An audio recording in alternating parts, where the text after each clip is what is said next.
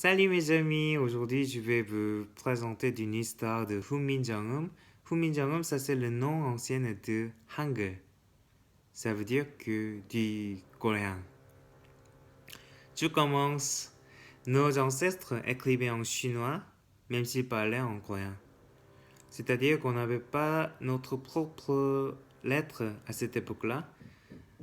Et puis c'était vraiment difficile d'étudier la lettre chinoise pour le peuple.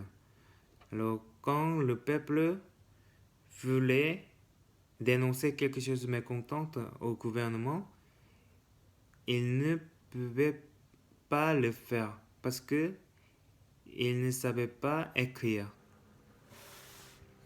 Alors, le grand roi Sejong a fabriqué 28 lettres en 1443 pour que le peuple apprenne et utilise facilement dans la vie quotidienne.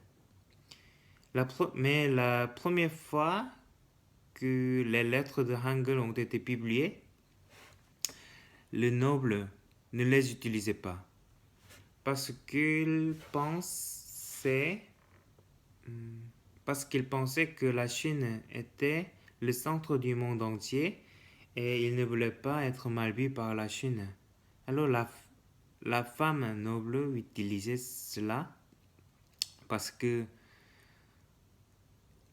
c'est vraiment facile de mémoriser. Et puis, en tout cas, oui, c'est facile.